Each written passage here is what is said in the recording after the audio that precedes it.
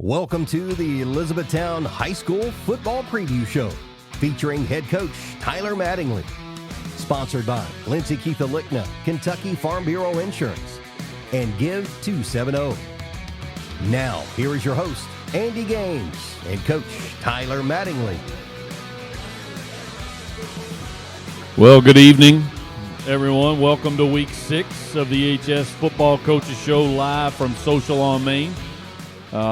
We're here in downtown Elizabethtown. My name's Andy Gaines, and I'm here with our head football coach, Tyler Mattingly. Welcome back to the show, Coach. How are you? Thank you. Excited to be here, and we're over halfway over the season. Yeah, don't blink. It'll be finished, correct? That's right. So I want to start off real quick on the show. We've got a player that today got checked into the hospital with maybe a bite from a spider or something, but we want to give a little special shout-out to Ben Stagg. We're praying for you, buddy.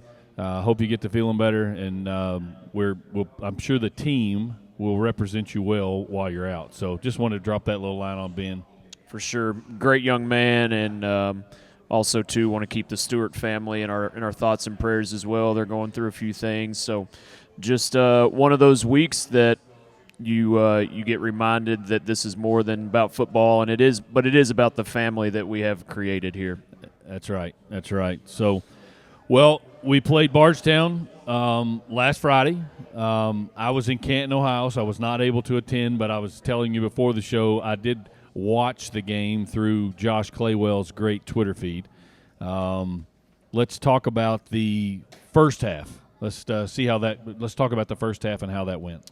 Yeah, the first half, our defense played really well.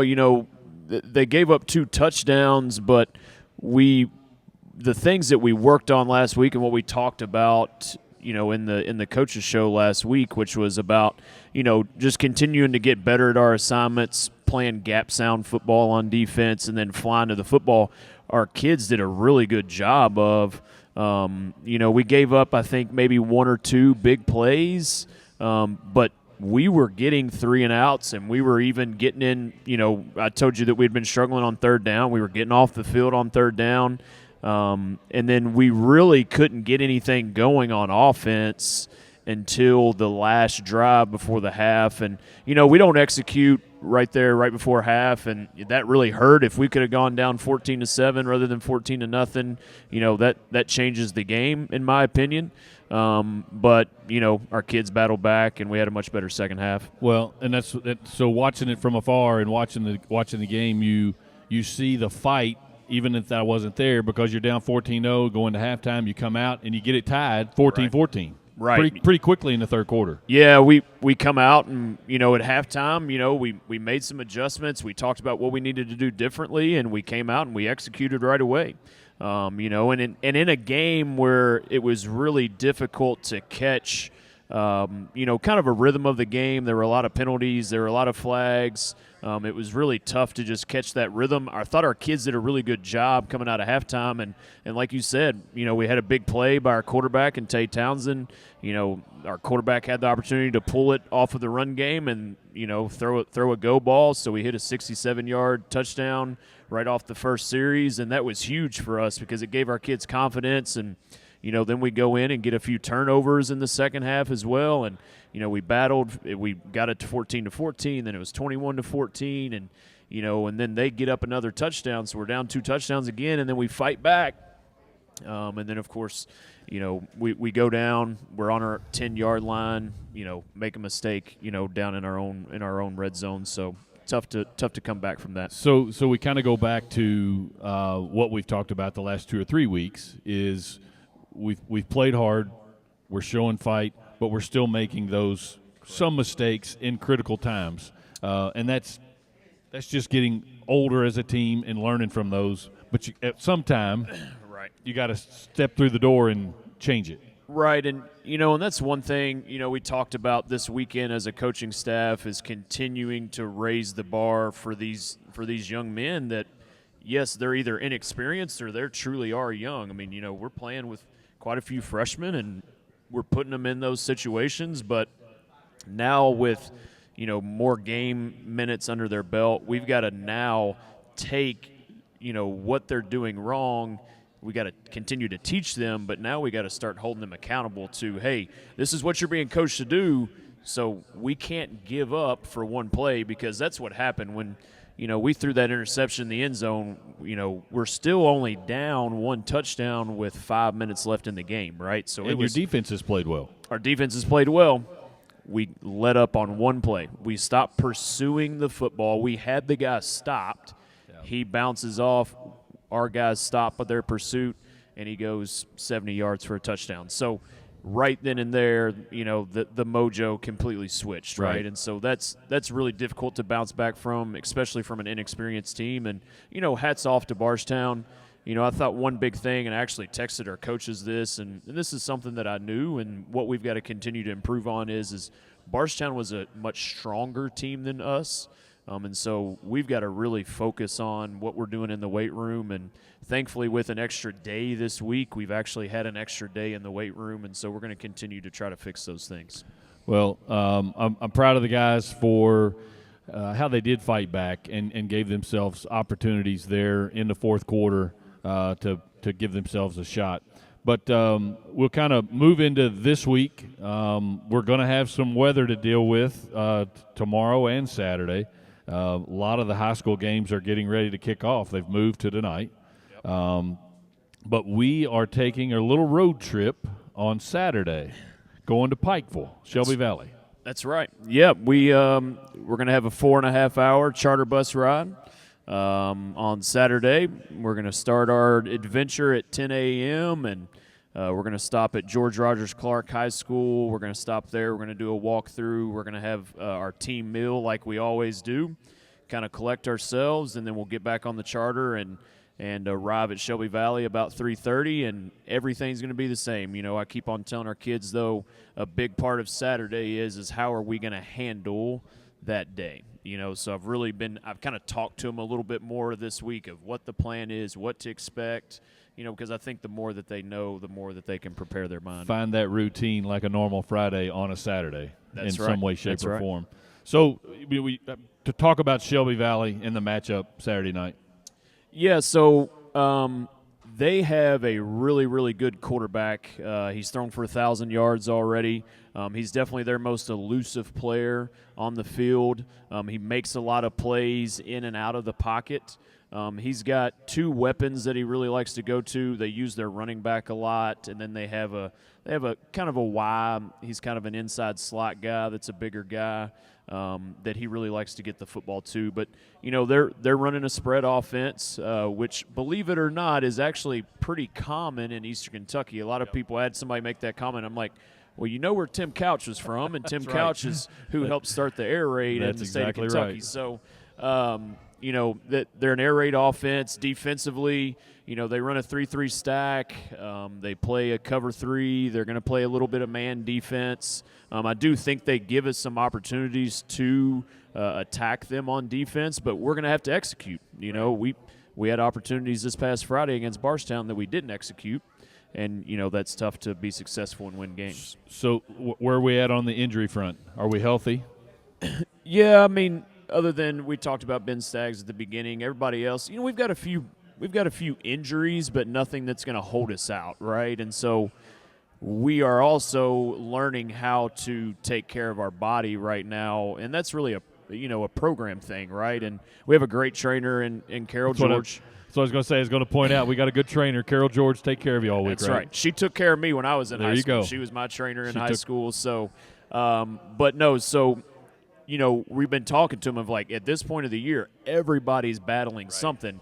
Are you taking care of it before it gets to a point of where Carroll's has to say, you're not playing? Right. If we take care of things as they come nagging, then we can get ahead of that. So we're learning how to operate that way, and our kids are doing a good job. And like I said, Carol and her husband Chris do a phenomenal job. We're very lucky with those two. I mean, a lot of people don't know, but Chris has been working in the MLB for a long time. Oh, exactly. Years. I mean, 15 years probably. We probably have the best athletic training staff. No doubt. Maybe in the state. That's exactly right. Very, very thankful for that. You're with us is week 6, so we're 1-4. Yep. What's the demeanor? What's the demeanor in the locker room? I told told our coaches on Sunday, like, our kids are still coming in and battling. And I think that has a lot to do with how we treat them, right? Like, I always try to explain, why am I being tough on you, right? That's exactly right. We live in a world today where kids want to know the why behind things. I was listening to a podcast. My coaches are going to make fun of me for this, but, they talked about with today's kids, you can't just get on them and just leave them alone, right? You have to at least give a reason behind it. So the kids are going to say, well, Coach Mattingly is still being as tough as he is as he was week one, but we're still providing reason, and we're trying to have a fix-it-and-growth mindset. And that's what I talk to our coaches about every week is we have to identify the problems, we have to fix it. And our kids know that. Like, I am here every single day to identify what we need to fix so that we can have a higher success rate, and our kids are bought into that. Well, that's awesome. Well, I know it's been a good week. We've got some weather coming in, so everybody be safe on your travel going to Pikeville on Saturday. Be careful tomorrow while this storm does come through. But right now is another great opportunity for us to take a minute and talk about the upcoming fundraiser. October the 11th, Elizabethtown Country Club. How can they sign up? It is on our social media. We should have, I believe we pushed that back out yesterday or the day before. But there's a QR code on that. Aaron Siebert, one of our Booster Club members, has done a great job of setting this up. He's been working with Kelly Fisher. And so it's very easy to sign up. It is, like I said, it's $100 a person. It's $400 per team, and I know that it seems pretty steep, but we are to the point now where we are really starting to look at how are we going to treat our program and team at the banquet at the end of the year. Correct. So, like, that's actually been the conversation we've had as a booster meeting. So we really, really, really would love to make this a successful event and maybe play a little golf, too. That's right. Play a little golf, support a great program. It takes a lot of money to run high school sports, and especially football. Equipment's a little expensive. Just a little bit. Well, Coach, we appreciate it. Good luck on Saturday. We're going to hear a few words from our sponsor and this week's offensive and defensive feature. Kentucky Farm Bureau, Lindsay Alikna, agent, is the 2024 title sponsor for the Elizabethtown High School football. We are so grateful for Miss Alikna's support and invited her to join us for Media Day and to see just how hip she is when it comes to our current slang. What is Riz? That's easy. Riz means how I'll help my customers pick out the best plan for them. No more, no less. No, it means charisma. Exactly. What does bussin' mean? That's a good one. Bussin' is the quality service the Kentucky Farm Bureau team provides. Real good service. Can you define cap? Yeah. Cap means we don't lie, something we don't do at Kentucky Farm Bureau. No cap. Our team will do anything for our customers.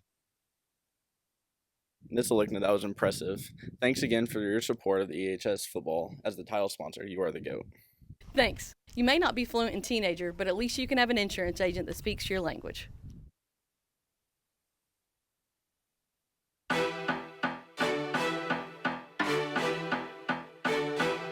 Hey, this is Greg Milby. Welcome to our features of the week. We're on the offensive side of the ball first. This is Taquan Townsend, the wide receiver senior. Yes, sir. I'm a senior. All right, good deal. He's our feature this week. So Taquan, there's a reason you're the feature. Talk about it. Why did they select you as the feature this week? Well, I had a pretty good game. I had about 8 or 9 catches for like 160 yards and a touchdown. I just converted a lot of first downs and just did what my team needed me to do. Yeah, I would say that's worthy of being the feature. Right. So have you always wanted to play wide receiver, or have you played other positions? So originally I was a quarterback all the way up till 6th grade, and then I stopped playing football until last year. So then I just came out and became a wide receiver. Do you think being a quarterback back in 6th grade helped you become a better wide receiver? No, not at all. Not at all? All I did was hand the ball off. Oh, okay. So there's not much throwing in that grade level. No, sir. Okay, what's your favorite part of the game? I don't know. Probably seeing like how everybody has to come together for something to be successful, and if one person messed up, it doesn't work. So. And what's the toughest part of the game for you? The toughest part is probably, not gonna lie, remembering the plays. We got a lot of plays, and it just could get overwhelming sometimes. So if you don't remember a play and you don't know your route, what do you do? I usually just ask Ryan, and he'll come over and tell me. Oh, okay, I thought you was going to say I'll wing it. You know, I just go deep. I do a go route. No, sometimes, or just run a slant. But Okay. So we always ask this question because everybody has a different answer. You know, school's very, very important. Football's very, very important. And you got to combine the two and have time for both. How do you make time for your classwork when it's in the football season? So usually during class, our lessons only go about 20 minutes out of 55. So I just try to get as much work as I can done in that class so I don't have to do it at home.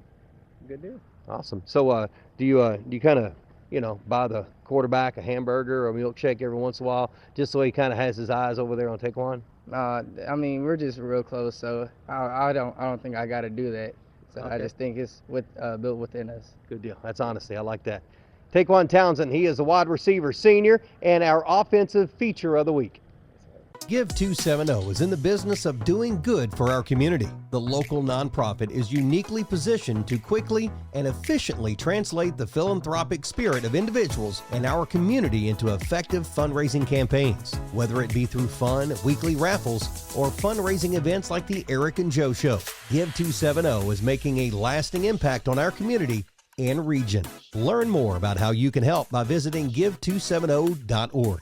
In the meantime, mark your calendars for the Eric and Joe Show presented by Magnolia Bank, November 22nd, 23rd, and 24th at the State Theater in Elizabethtown. A portion of this year's proceeds benefit Hope Academy for Kids. Hey, this is Greg Milby, defensive side of the ball. Our feature this week is Logan Meredith, and he is a defensive lineman. And what grade? Freshman. Shut up. You are not a freshman. Yeah, I'm a freshman. What have you been eating all your life, man? Good gosh. I don't know. I just been eating what my mom's been making me. Have you always been like a bigger dude in school? Yeah. I've always been one of the bigger people in my school and on the field. Yeah, poor you. If you wanted to play running back, there's no shot there, is there? No. So being a freshman, all right. So what's the high school football season like for you? Because I'm sure you were coming in just blind to this. What has it been like? It's been a lot different. I've been held to a higher standard and like different capabilities that I have to learn and be able to rise to and overcome the actions. Okay, so as far as, do you have people that you rely on that are other defensive linemen that you kind of watch to maybe kind of start to replicate what they do? Or how is your growth? How are you looking at that growth?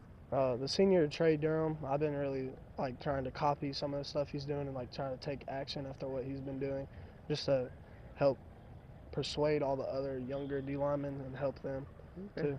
How long have you been playing football? I've been playing since I was like 5 years old. And you were like 6'1" back then? No.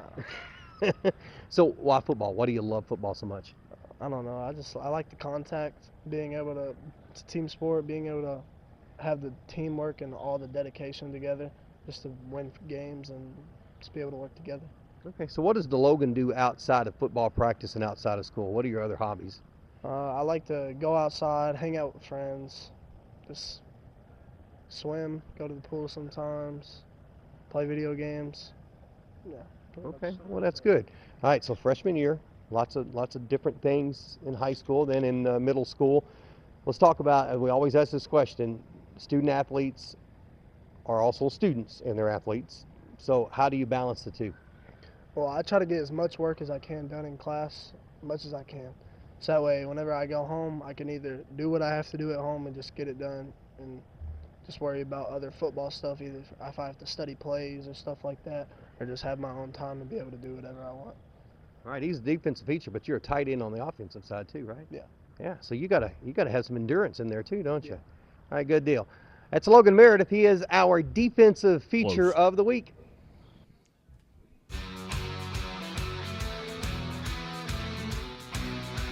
Welcome back. It's our alumni feature time of the show. Tonight we are joined by our former Elizabethtown football player and current coach, Lee Hunter. Lee, nice to have you. Thank you for having me. So when did you play and graduate from Elizabethtown?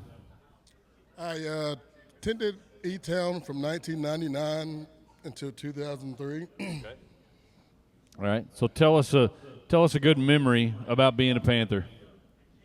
Well, kind of like Logan here, my first ever football game was in a varsity football game. I played against Central Hardin. I know these kids hadn't had a chance to play against Central, but that game was pretty live, per se. I remember getting on the bus before the game, and Jay Pitts, one of the seniors at the time, had to come and sit next to me because he saw how nervous I was. That's part of it. As a freshman going to a big game, rivalry game here in town against the Bruins, that is a good game to go to. So how are you using some of the lessons you learned in life to teach these kids today on the field? Well, it's kind of easy to teach the position of running back because I actually played it, right? Right.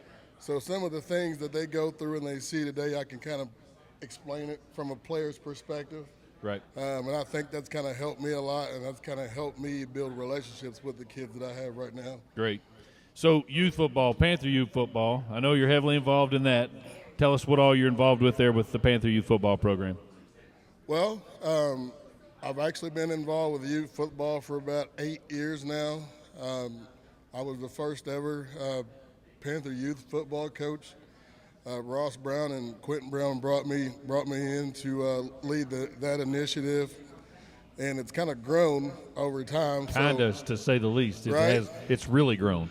So I went from being the head coach to now the president, but with the great help from Amanda and John and Brandon, we've managed to grow the league up to about 90 kids right now. Well, that's awesome. It takes a youth program to build a high school program these days. So I know the time that you invest in our youth is meaningful to all those kids, and it's meaningful to the high school for sure.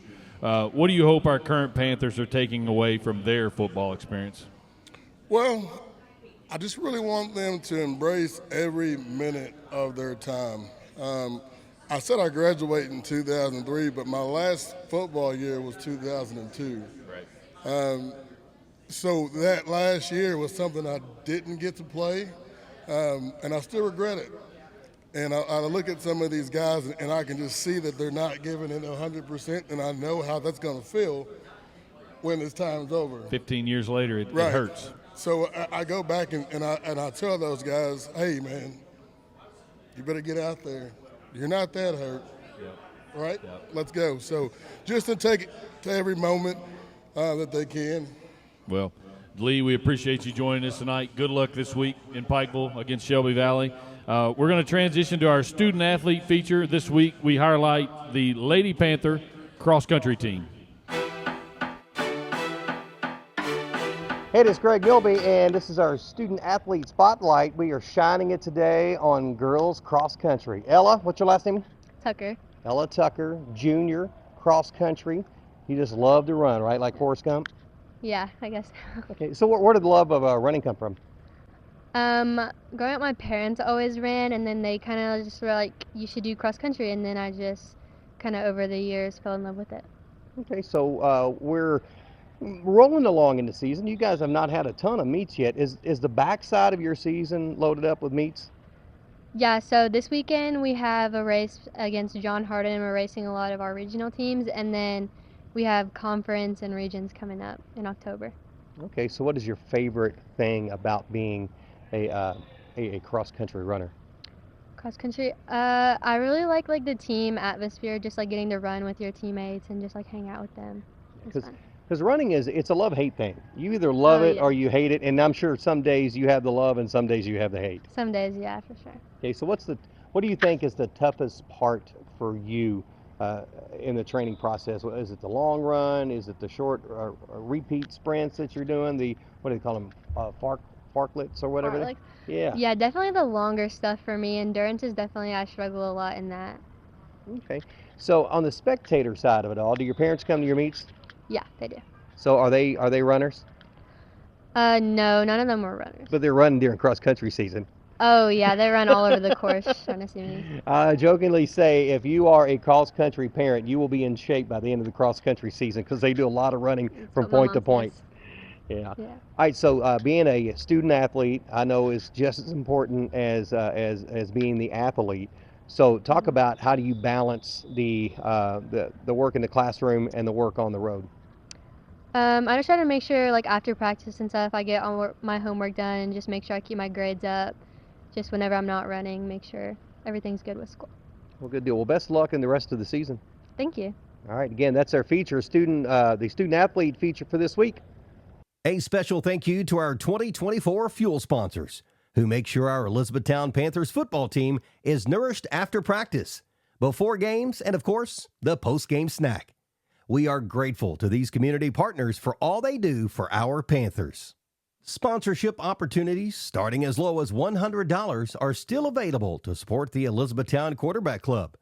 Now is a perfect time to associate yourself or your business with the tradition of Elizabethtown High School football. If you're interested, please contact a Quarterback Club member or email etownquarterbackclub@gmail.com. Go Panthers! Hey, it is Greg Milby, and we've got a big check here, and we've got two smiling people who are holding the big check from T-Mobile. This is Michael, this is Lynn down there. So, Michael, I see $1,000 to Etown High School. That's a big check. I'm sure, like Happy Gilmore, you just can't cash that one, but what's this $1,000 about? So the $1,000 is just part of the initial prize pool. We're giving away a $2 million grand prize to a school somewhere in the U.S. The more that the local members of the community promote it and obtain votes, the more likely that you are to potentially win that $2 million main prize. I must have had some wax in my ear. You said $2 million? $2 million, yeah. Not billion with a B, but million with an M. A million with an M is pretty good. Right. I mean, that's a game changer for an athletic program. Game changer, yeah. And it'll be nationally televised. There'll be a drone flying over your school, which is kind of crazy. And then Gronk would be coming to your school too for that grand prize to kind of just ship it off. Yeah, I'd say that was it. So why is T-Mobile so involved with the community like this? We've spent a lot of time and effort and money to build what we call SMRA, which is basically rural areas. And we kind of want to give back to these communities that have done so much for us over the last few years. And what better way to celebrate football and Friday Night Lights than to do it with a lot of money? Yeah, I would say that would do it. So how do people vote? They can do it on social media, Instagram, all like your social media platforms. There'll also be yard signs. We'll have a QR code on them. You can scan those too. Okay, good deal. Well, he's Michael. That's Lynn. She's the strong, silent type over there. You're the muscle, right? Right. Good deal. T-Mobile, $1,000 right there. We appreciate that.